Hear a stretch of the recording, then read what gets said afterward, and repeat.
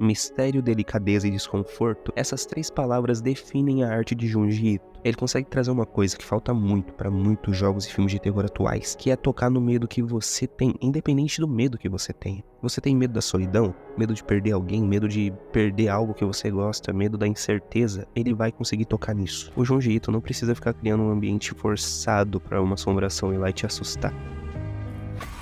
Mesmo nos mangás mais curtos dele, tem uma preocupação com os personagens e com a história. O suspense se cria de uma forma bem mais natural e você sente isso enquanto vai lendo. O mangá que eu me refiro é The Enigma of Amigar Fault, mas como eu e tu somos dos Brasas, o título em português é O Enigma da Falha de Amigar. A história é bem curtinha e pode ser resumida bem facilmente. A rede televisiva japonesa, a mídia no geral, tinha relatado um terremoto. Mas terremotos são recorrentes no Japão. O que teria de tão especial nesse? Bom, esse terremoto abriu uma fenda e uma montanha, e nessa fenda tinha vários buracos com formato de seres humanos, e isso desperta a curiosidade de muitas pessoas pelos mais diversos motivos. Os jornalistas estavam com um furo de reportagem incrível nas mãos, os cientistas tinham se deparado com um evento que nunca aconteceu antes, mas tinham muitas pessoas que não estavam em nenhum desses grupos sendo atraídas para lá, porque elas tinham visto as suas próprias silhuetas na montanha, e todas essas pessoas foram atraídas para a montanha por uma força praticamente hipnótica, algo que conseguia ser mais forte do que a razão humana. Lá um cara e uma moça se encontram e eles acabam concordando que sentiram algo chamando eles para a montanha, e lá eles se deparam também com uma equipe de cientistas que estavam estudando os buracos e que estavam falando que eles eram muito fundos e não tinha como saber a profundidade porque eles também eram curvos. Até que um magrelo tira a roupa, entra no buraco e lentamente desliza para dentro da montanha. Bom, as equipes de resgate foram chamadas, mas ninguém sabia até onde aquele cara tinha ido, porque,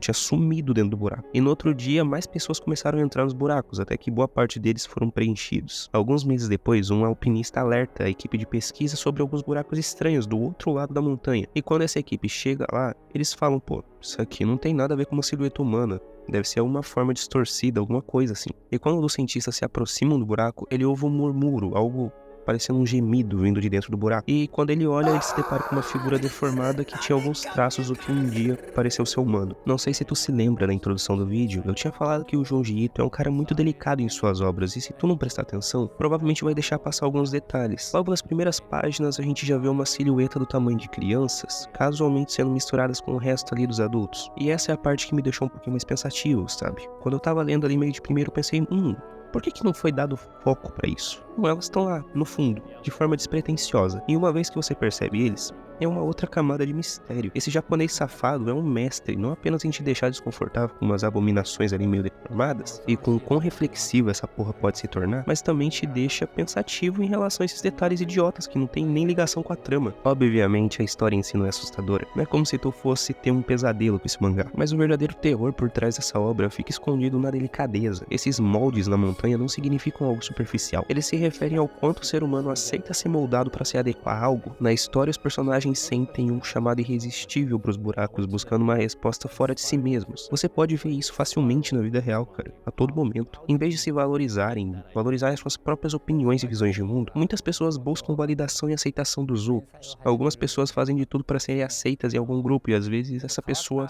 é fã de uma banda, aí ela vira K-popper. Outras gostam de Ghostmania e usam preto e falam que são da depressão pura. Outras pessoas gostam de ler romance e por isso acham que é bom ser emocional. Outras pessoas leem livros de filosofia e se acham muito intelectuais por causa disso e falam, nunca vou me deixar levar pelas minhas emoções, eu sou uma pessoa racional. E o melhor de tudo é que com a existência da internet, em algum momento todos esses personagens vão se estranhar e começar a discutir no Twitter, o que muitas vezes acaba alimentando um ciclo, até porque qualquer tipo de discussão na internet vira uma bomba de engajamento, simplesmente porque essas pessoas não conseguem ver a opinião do outro. Exemplo bom também é político, onde um sempre vai desgostar do outro cegamente, sem nem mesmo tentar entender o opositor. À medida que os personagens entram no buraco, eles se tornam uma parte da falha, perdendo a sua individualidade, deixando aquilo que elas acreditam de lado. Só que existe uma diferença entre os personagens da obra e você. Os personagens não possuem escolha própria, eles estão sendo hipnotizados por entrar no buraco, mas você tem o poder de escolha de não ser uma marionete do grupo. Cada silhueta é única para uma pessoa, assim como cada indivíduo em si é único na sua essência. No entanto, esses buracos podem facilmente representar os seus medos também, e você pode se sentir desconfortável com essa história de muitas formas. Tem a forma mais óbvia, que é imaginar o percurso que a pessoa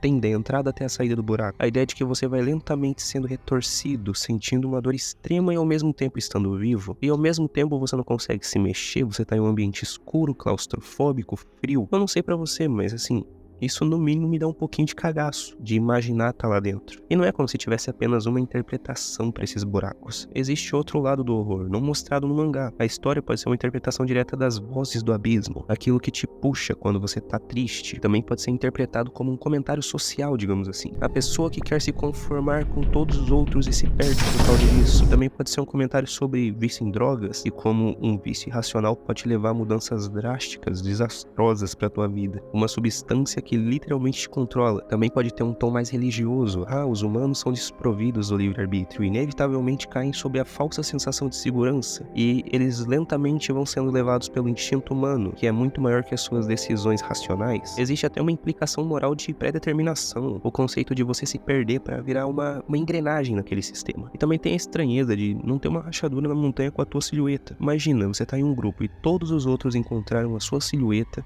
e foram engolidos enquanto você ficou para trás. Você não sabe sobre a deformação acontecendo, tudo que você sabe é que, de alguma forma, o destino de todos eles já estava selado, menos o seu. Você foi deixado para trás. Talvez ficar para trás não seja um bom destino também. Afinal, todos os seus colegas, amigos, familiares foram engolidos na montanha e você ficou para trás. Talvez isso aqui também fale um pouco sobre a corrupção humana. Você pode dizer que quanto mais você entra no buraco, mais você se afunda naquilo. E tu consegue combinar isso perfeitamente, fazendo um terror marcante, atraente, cara, às vezes vislumbrante mesmo. Você consegue se sentir dentro da história.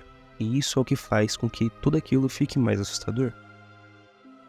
Caso tu gostou, deixa o like, compartilha, ajuda no engajamento aí, né? Porra, é aquilo, dá um trampo miserável fazer esse tipo de vídeo, então considera dar uma ajuda. Um abraço, um beijo e um queijo, tchau, tchau.